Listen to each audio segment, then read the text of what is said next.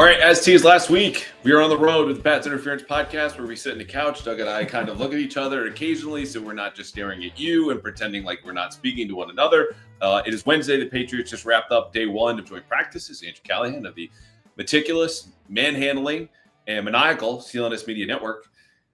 It was, let's just ballpark this. It was a draw today, close to, if not a slight Patriots win, right? That's what people wanted, though. Did they win the joint practice? From what you told me watching the defense, from what I saw with the offense, and now we're in a hotel room, sitting on the same couch, I think it was probably a slight win, if not a draw for the Patriots. The defense is won today, I would say. But yeah, I would give a slight edge to the Patriots. Have you ever seen that YouTube video clip of like three kids sitting on a couch? And like, yes, actually. It's like, is Fortnite overrated? That's what's happening. We need a third person in here to really replicate that. But I digress. Yeah, I would say like a slight edge to the Patriots, which I think is a pretty big win when you consider what people think of the Vikings, how they played last year. I know Justin Jefferson's not on the field, but Christian Gonzalez also not on the field. So it's kind of a one-for-one swap. Obviously, Jefferson's probably a little better than Gonzalez, but still, two of the best players are not on the field there. Yeah, and you made this good point when we were doing radio together, making radio history with Joe Murray of 98.5. Salute to our friend Joe, that there were some questions about how good the Patriots defensive line is, because the conversation has so often been about the Patriots offensive line, which we all suspect and basically know is going to, relative to the other teams in the league, stinking. And how badly? TBD. But for now, the defensive line is better. Well, the Patriots defensive line went up against a very good Vikings offensive line today, and you had 7 different guys with sacks, one of whom, my guy, who we bring up all of the time, and if his name was part of a drinking game, you at home would be passed out drunk. Callahan Chison had 2. And so we'll stop there for the Chison game. But the point is, like, look, you go up against guys that were signed in free agency, given a lot of money, are now filling out that Vikings offensive line. And what else did they have? I mean, there were a ton of pressures that you charted. Yeah, no, there was a ton of pressures. It seemed like the Patriots were getting pressure or a sack on like every other snap basically out there. And J.J. McCarthy at times was holding on the ball a little bit too long, couldn't find open receivers because there was coverage sacks. Other times I was looking at him saying, this guy's bailing a little bit too early. And I think that was a little bit later in practice when he had faced so much pressure that he was like, all right, I got to get out of the pocket, like roll right, roll left, do whatever to try to find something. Because the Patriots defense really was a wrecking ball against the Vikings offensive line. And I will say that since I was watching the Patriots defense, naturally I was around a lot of the Vikings beat writers who were watching the Vikings offense. They want to see J.J. McCarthy. They were saying that this Vikings offensive line hasn't quite gelled together quite yet, hasn't been that good throughout practice. They've been beaten by the Vikings defensive line as well. So it might be a similar situation to the one that the Patriots are facing on the offensive line where the defense is just ahead. But I mean, guys like Javon Baker, Keion White, Harold Landry, all these guys are getting pressure. Milton Williams getting pressure. Christian Barmore not even part of 11 on 11, so he's another guy who obviously would have boosted the Patriots defense as well. Kairos Tonga getting pressure, run stuffs, and Tonga seems like he's going to be a pretty big part of this Patriots defense this season. And it's funny, we were talking to him this year, and I forgot who asked him, but they asked him, like, do you think the pass rush is like an underrated part of your game? He's like, underrated? No way. He's like, I basically just learned how to pass rush this year. He's like, I missed that. He was talking about how far he's come as a pass rusher, even just since coming here, that it's working with other players, working with his coaches. Clint McMillan, he said, has really allowed him to thrive as a pass rusher, and said, like, Clint McMillan told him, like, not to put a ceiling on his game, which I think in the past maybe he was just saying, like, oh, I'm just a run defender or whatever. Now that he's working with the Patriots, I think that we might see a little bit of untapped potential there out of Kairos Tonga as a pass rusher and this more attacking style defense. So as often happens in the joint practices, you know, you'll have differing opinions. And very often the team that you're covering is the one that gets the more favorable coverage. This is not something to say that, like, you know, we're two honks sitting on the couch here. We are sitting on the couch, obviously. But the point is, you know, Vikings might have had a different opinion. The point is, what would convince you that the Patriots had a better day today, and this is persuasive to me given the notes that I saw and understanding, you know, how the defense worked, is that pressure. So that's why we start there. If you were to make the case for the Vikings one today, you would start with their pressure. Yep. And this is where I watched. And Drake Maye was 16 of 25 in 11 on 11s. He took at least 6 sacks by my count, 2 of which would have been allowed by Will Campbell, another by rookie Jared Wilson. And it's not to say all of the pressure came from over there. Like Morgan Moses got beat, Garrett Bradbury got beat, Michael Wanu or Garrett Bradbury let some pressure slip through the right side A gap. And this is to be expected, which is not to mollify the fact that 6 sacks out of 25 dropbacks, okay, is a ratio that's untenable for the regular season. It's to say, though, as you and I were discussing, like, oh, this could be a disaster for their offense against the Brian Flores defense. And you got 2 rookie offensive linemen. Well, part of that happened, but it didn't bottom out. And that was encouraging. But if you were looking from a Vikings perspective, you're like, yeah, 6 sacks. The trouble was the big play, and we should spend no more time waiting to get to this, was a 70-yard touchdown from Drake Maye on a wheel route throw to TreVeyon Henderson, beating said pressure. Like all of the dark arts in the defense that Brian Flores likes to work with was on full display. And they were able to puncture some holes for a long touchdown there and a Mack Hollins. But the Henderson one was at the end of a 2-minute drill. So it's not just the end of practice. It's the way that they were able to work through some of their issues and hit that, because TreVeyon Henderson was the player of the day and continues to be probably the story of camp. Yeah, he had another big catch during 7-on-7s. He was lined up in like a pistol formation and went vertical and beat the whatever it was, probably safety. It probably wasn't a linebacker out there. It might have been a linebacker. But like I look at TreVeyon Henderson as being, I don't know, like a really tough mismatch, obviously, for defenses. And I'm not saying that TreVeyon Henderson is the first running back in NFL history to run like a 4.3 or anything like that. But we have seen him win on these vertical routes now over and over and over again against Patriots defense, now against Vikings defense. And like this does put defenses in a difficult scenario where you have to match them up against a fast player. And like there's not a lot of linebackers out there who run 4.3 40s, not even a lot of safeties out there who run 4.3 40s. Well, also running backs who know how to weaponize it, right? Like you can find all of these clips and shout out Amit and the folks I work with at CLNS who do a really good job of kind of capturing the 1-on-1s or 2-on-2s that we get to see a little bit of practice, which the window's limited. Media is not allowed to film most of practice, but when it stops there, you get to see him at the top of the route shake. It's not a great example right now, but Christian Ellis, who just admitted, I got smoked the other day. Martin Mapu, who a college cornerback. Sees, Ellis goes on to say, I see nothing but greatness in this kid. So it's the 4.3, but also the understanding of how to use it, which seems advanced for a guy his age. And like, not to get too into the nitty gritty, but like when TreVeyon Henderson's out there, defenses at some point are going to say like, all right, do we go nickel? Do we go dime? Like, what do we do here? And then the Patriots, if they're going to shove out another cornerback to try to cover TreVeyon Henderson, then it's like, all right, we're going to run it down their throat. Yeah. And if they do go nickel or whatever, then it's like, all right, we'll take our chances on TreVeyon Henderson against a linebacker or a slower safety out there. Yeah. So, all right, let's stick with the offense, though, because, again, this is the stuff that you are going to want to hear about, because a lot of the Patriots' ceiling is predicated on how guys like Drake Maye, TreVeyon Henderson, Will Campbell, and let's go Stefon Diggs perform. Because in team periods, I had him only down for 2 catches. And team periods meaning 11-on-11s. He had 2 others in 7-on-7s. And we, again, just discussed this on the radio, wherein, there might be some signs of a guy who goes full throttle for a couple of drills or a couple of reps, and then otherwise kind of peels it back. And he is being load managed. That is part of the equation here. But he's also someone who is fully cleared. So whatever the plan is, it's not like he's coming back from injury and needs to hold himself back on that account. It's just, I wonder for him, who had a good day, and you saw more of him on 1-on-1s where he got a ton of separation. Are they dealing with already a guy who wants the ball more than he's getting it? Because Todd Downing had a quote the other day that said, I need to remind him, you can have good process but not good results, meaning, okay, you're open, but you're not catching the ball. If that's already cropping up, and I don't know that it is, but I think it's worthy to take into consideration of a guy who has not had a lot of catches the last few weeks, hasn't entirely looked like the receiver we saw in the first week. Well, why is that? Is it attitude? Is it physical? Like, what are you seeing from Diggs, or what did you see today? Yeah, I mean, like Diggs looked like a number 1 wide receiver during 1-on-1s. He's like getting wide open. He's getting tons of separation. Looks super explosive. Looks like the Stefon Diggs of old. Looks good during 7-on-7s, and then but every practice it feels like he starts out hot and then he kind of disappears for a little bit, or like he goes quiet for a few days in a row, or like, I mean, I don't know what happened on that drop a few practices ago in the back of the end zone, but like those are the things that you see, and you're like, it's kind of. That was also, by the weird. Way, wide open. Right. I thought it was like mid-front of the end zone where they stopped running that play at the end of a 2-minute drill, and it was 80%, and it just hits him in the hands and just boop.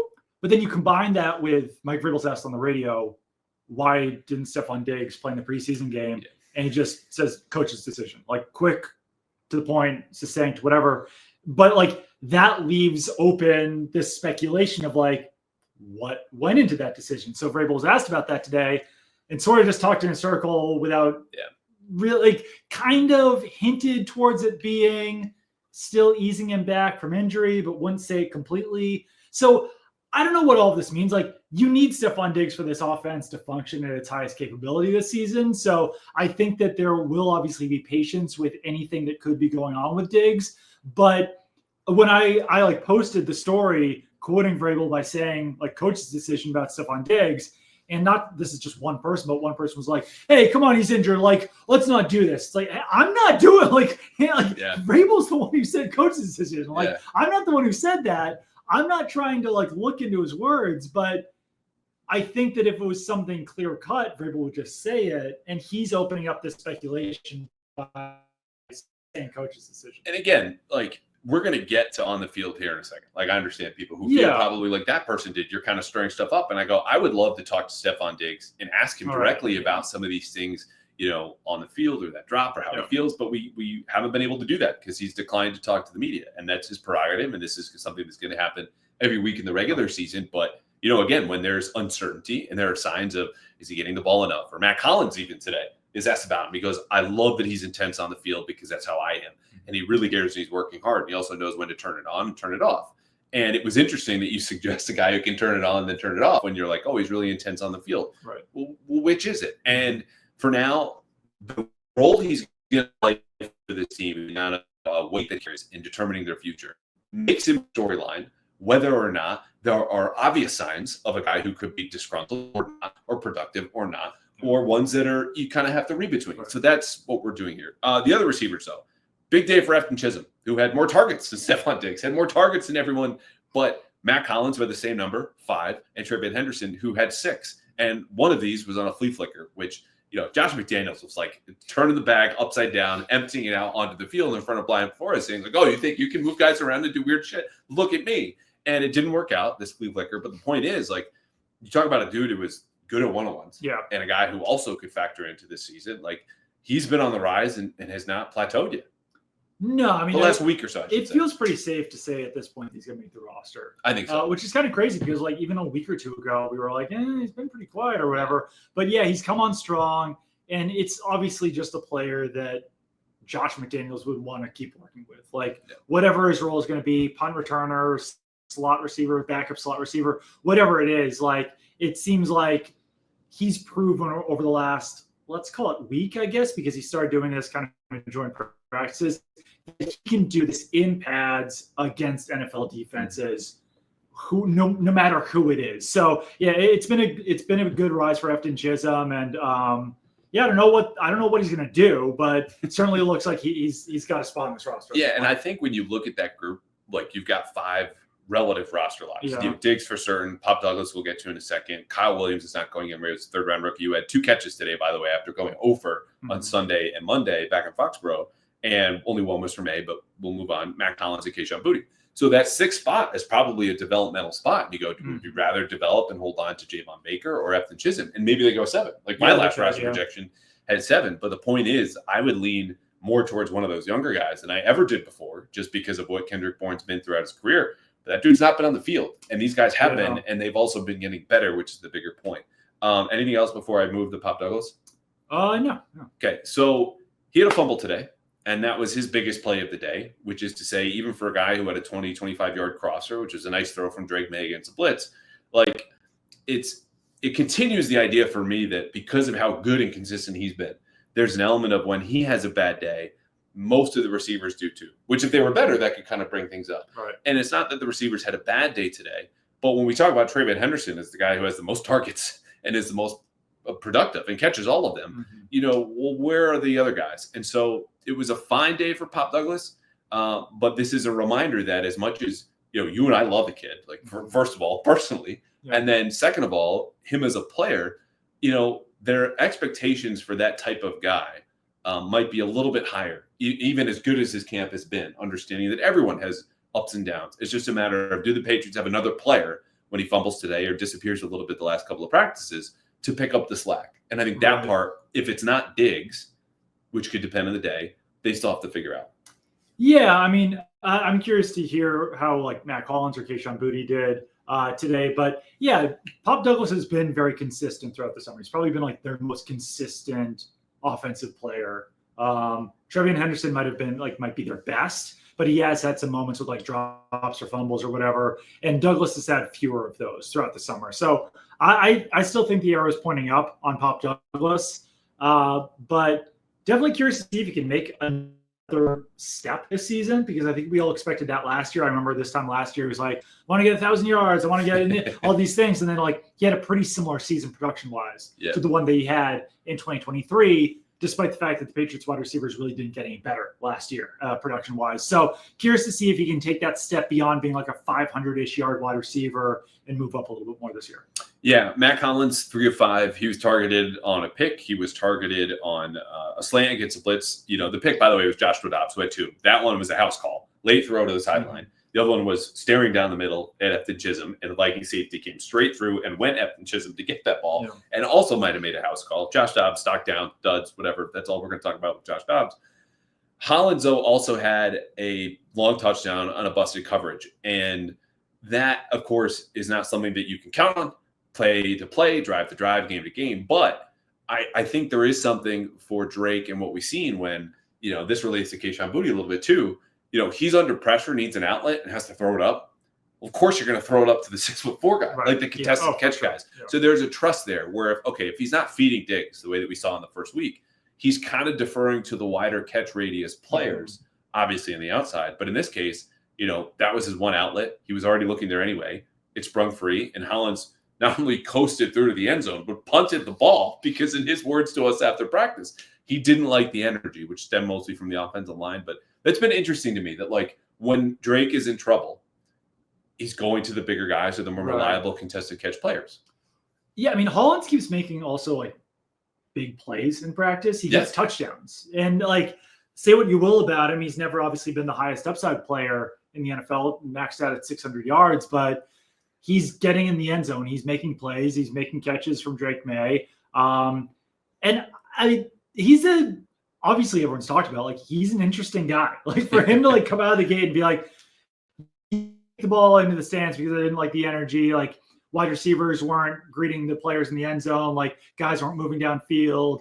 He felt like on big plays, all the Vikings would swarm towards a player. There weren't enough Patriots players coming downfield. And like, I think that might get grating to Patriots players after a while, that this guy's always being like, you're not doing enough, you're not doing enough, you're not doing enough. But I also think that if you look at this the 2024 Patriots, that wide receiver room could have used a Mack Hollins to be like, guys, quit the BS. Yeah. Like, support your teammates, celebrate, stop thinking about yourselves, and just play football. And like, obviously Mack Hollins isn't a just play football guy. He's got a lot of idiosyncrasies and stuff, but it does feel like when he's on the field, he takes these things very seriously. He's not afraid to rock the boat, I guess I would say, and like push players to do more.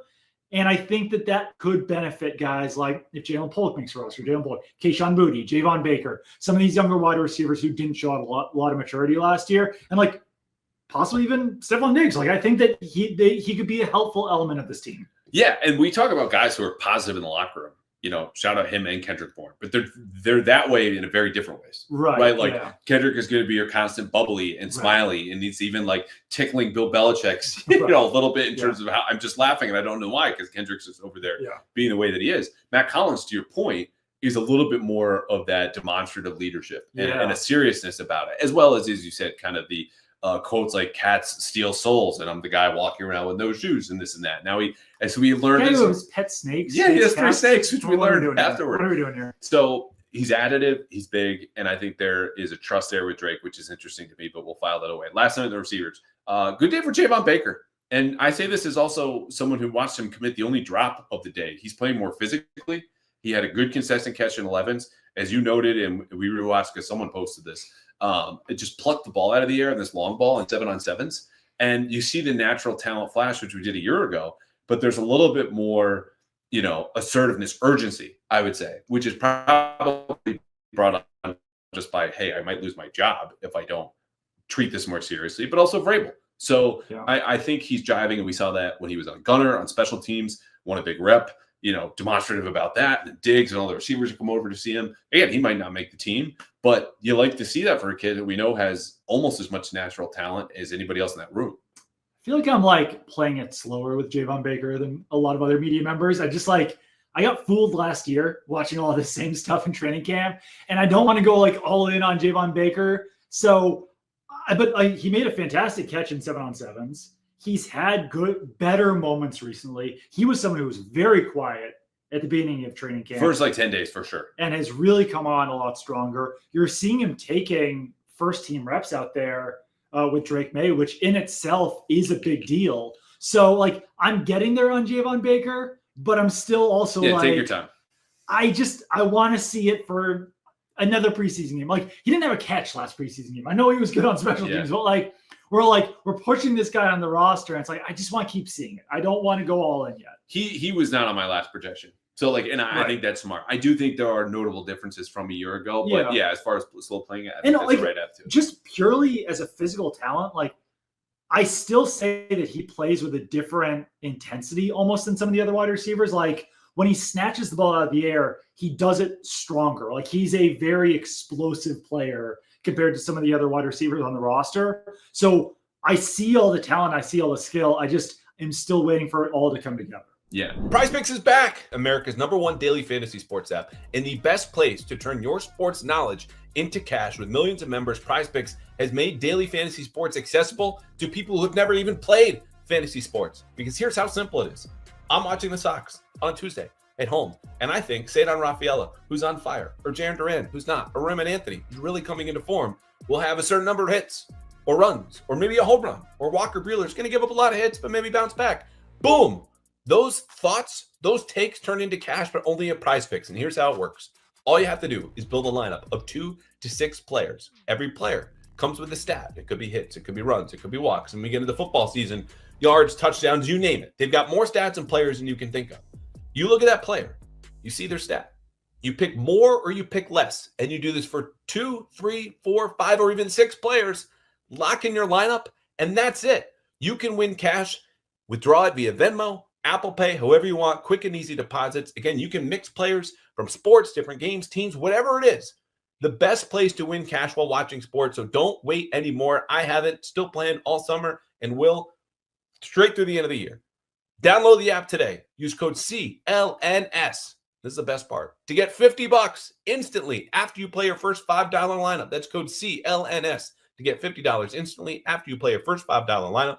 PrizePicks, run your game. Offensive line quickly. Mentioned the 6 sacks. Obviously bad. That it's not to excuse like what we expected happened. Like, oh, it's not a big deal. But rookie tackles, rookie guards struggle, and especially against one of the best defenses in the league. The one thing I will add to this though, as again, the Patriots offensive line is going to struggle in pass protection. That's the players that are there do that individually and collectively. That's probably not going to change. Will Campbell and Jared Wilson did have a very nice moment right before TreVeyon Henderson scored on that 70-yard touchdown, because that touchdown was the second play of their 2-minute drill, started their own 25, and then they've got 1:30 to go down the field. That first snap was a check down to TreVeyon Henderson.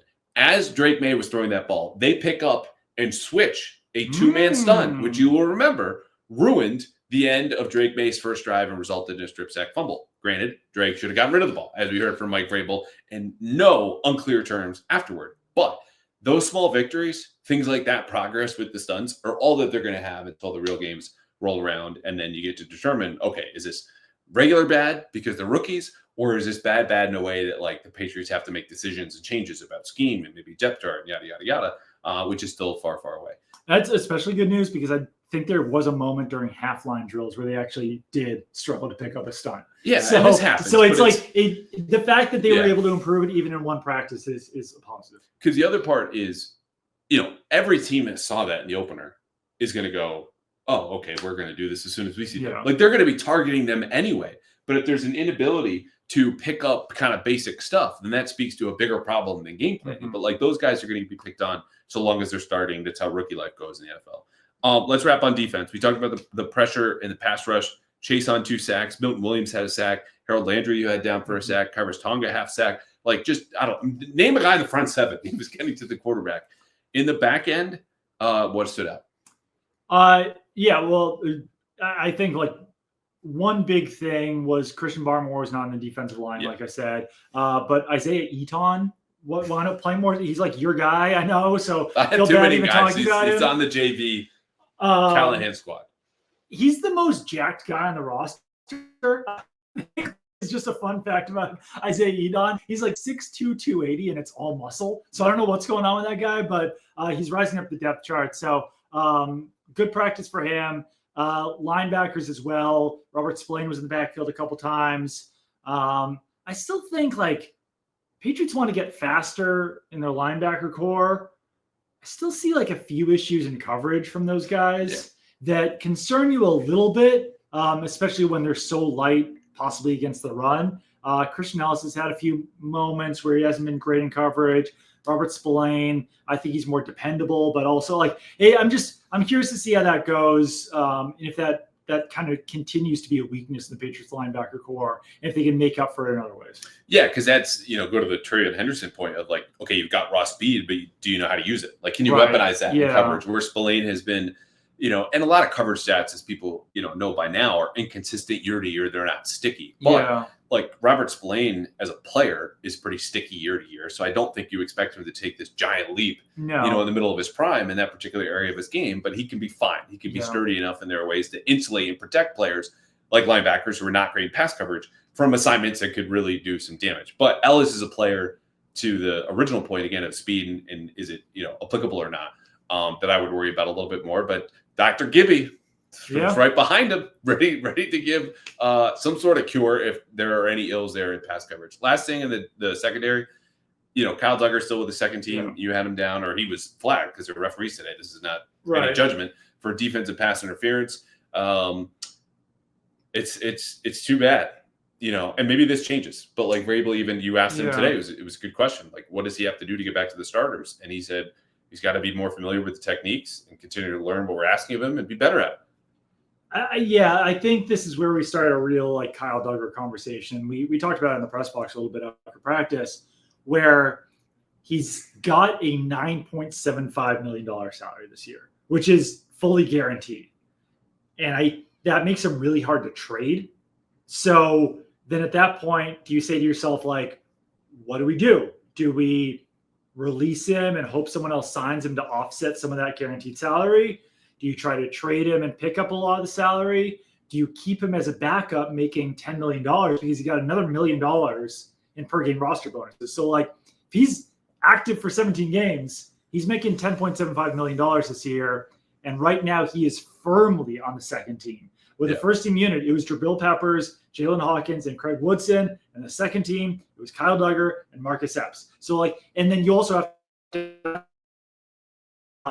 look at the difference between Marcus Epps and Kyle Duggar. What is the difference between Del Pettis and Kyle Duggar? What's the difference between Brendan Schooler and Kyle Duggar? Like, and does it create a bad dynamic in the locker room for this guy who's been very well respected throughout the years and has been a starter since he was drafted in 2020 to now suddenly be a backup? And one thing that Vrabel said is that he's had a good attitude, but like, and I don't think he would ever cause a problem. No, I'm just like, because he's not the type of guy, but like, does it cause an issue among other guys who have played with him for years? I know there's not that many guys left like that on the roster at this point, but it's a rough situation for the Patriots to be in right now, where he's obviously been demoted, but there's not a real clear path of what to do with him this year. Right, because it's not a real tradable asset at that cost, and understanding where he is in his career. An injury, right, like he was a really old prospect. His best years athletically are definitely behind him. What can he do to make up for that? And I think his role as really a box safety is going to be limited across the league, even as much as we've seen more of those, just because of the style of defense where you saw him thrive. Like if you acquire him, you want to plug him into your system and go, this is what he's going to do. Like that Belichick scheme is not as common across the league anymore. So I think there's a fit here. I still think there's a good player in there, but he's really struggled to transition, and also physically just looks, a half step, if you're being generous, or a full step slow, which there's not much to do about. Granted, the positive side of this is they're happy with Craig Woodson. So who's really taken a step and can play a little bit more single high than Kyle Duggar can, and is talking about an older prospect. That's my favorite fact about the whole draft class. He's older than Jordan Hudson and Craig Woodson is. So like this dude came into the league at 24 and is ready to go, and all that experience shows. Last note, special teams. Andy Borgalis was 5 of 6. both of these kickers bombed the other day, Mm-hmm. but his only miss was from 54. So everything 51 yards and in he made. I think Parker Romo will kick tomorrow. We will be there. It is 1 to 3 p.m. Eastern, Minnesota. Red zone heavy day, I think Vrabel said. Yeah. What do you think about the kicker competition right now? I would take Parker Romo based on what I've seen this summer. I know it's kind of crazy. Like I had him on. I just put out like a 53-man roster prediction on Twitter just because it had been a little while since I'd done one, and I had Romo, and a lot of people were like, "Come on, they're gonna keep the draft pick." I'm like, I mean, they could, but I don't know. Like, I do think Romo's gonna have to like really stand out to make the roster over Borregales, but I think it was Phil Perry. And I hope it was Phil Perry because I want to give someone credit for this.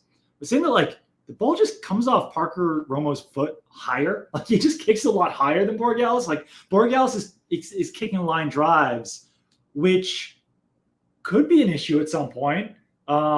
Just feels like Romo might have like a slightly stronger leg. Able to lift it more. And I don't know what's gonna be better for the winter, for the snow, for the wind, for the cold. But I don't know. It looks more natural coming off Parker Romo's leg. I will tell you, as someone who has stood behind the field goal post that they kick towards at Gillette, during training camp, you know which end that I mean. There is a wall of basically stones that separates the high parking lot from that part of the field. Romos are smacking off the top of this wall. The ones that Borregales has are going into the crowd in front of the wall. And like there's an appreciable difference between, forget the height, the way that it's coming off his foot. The height where it's landing, where they're kicking from the same spot on the field and it's ending up somewhere much different. I do think bottom line, what's the simplest way to put this, he probably does have a stronger leg. And if he's more consistent, that's a guy I would take. But the most salient point is the one that you just made of like, the tie is going to go to the kid. And like Parker Romo's been in the league for how long now at this point? Fourth year. This is fourth season. Clearly something's happened through the first 4 years of his career where he hasn't landed like a lifetime job somewhere. So like, I think that plays against him as well. Is that like, this is a journeyman kicker for a reason. And I guess, like Nick Folk pulled it all together and became with the Titans or with the Patriots or whatever for years after kind of struggling with the Jets and some other teams. So like this can happen for kickers, but it's not, I'd say, super common for 4 years in some guy to just become like, I don't know, like starting caliber kicker. So I don't know. It's amazing. A lot of time talking about kickers, but still. It's amazing how important the position is. Literally swinging games left and right in the league. But the longer I've been covering the league, the more random the position seems. I think this is, as much as we want to parse out, Parker Romo had 2 more field goals overall, but he only had 1 more longer than 50 yards, which is really going to matter the trajectory, blah, blah, blah. Flip a coin. Like this ultimately, whether it's a sample size or just the nature of the position and the randomness seems to be like, you got to make a decision. And unless it was so blatantly obvious in the process leading up to when you had to make that call, you can't go wrong either way. This is, as I've described, a best case scenario for the Patriots until the other day when it looked like both of them had gone to happy hour and then came to practice and went 1 of 4 and 2 of 4 respectively. But I think because it's so close and close for good reasons, I'm not going to be bothered one way or another. This is not Chad Ryland bombing as a good prospect and a bad NFL player and then going to Arizona where they let him do his old routines that he had in college at Maryland and Eastern Michigan and then becoming the good kicker everyone expected again. This is not that. It is funny that last year when we asked Drake Maye like why they picked Joey Sly over Chad Ryland, he was like, "Oh, just whoever made the most field goals." like, there was nothing else to it. And like at the time, I think I was like, "Oh yeah, that's probably true," but like it does feel like there's more going into it. I don't know. Yeah, I don't know. Like, I don't think Jeremy Springer would necessarily agree that it's just about who makes them and doesn't. Yeah, there's a lot going on. All right, that's it. We got 1 more practice tomorrow. You will not hear from me through the end of the week. This is the second episode for this week, but we will continue to do. I guess you will hear from me. It'll just be the 2 minutes training camp version. Thank you for coming on. We have to go get dinner and maybe a drink or 2, and then we'll be back. I don't know, in a couple of weeks, probably right around cutdown day. But things are happening fast. The second preseason, or the last preseason game, I should say, by the way, is in 8 days. Wow. They're gonna play Saturday. We won't be here. We'll be at home watching, like you will. And then down in New Jersey for that final game against the Giants. And then, holy shit, regular season's almost here. It's crazy. All right. Date is soon. Thank you. See you soon.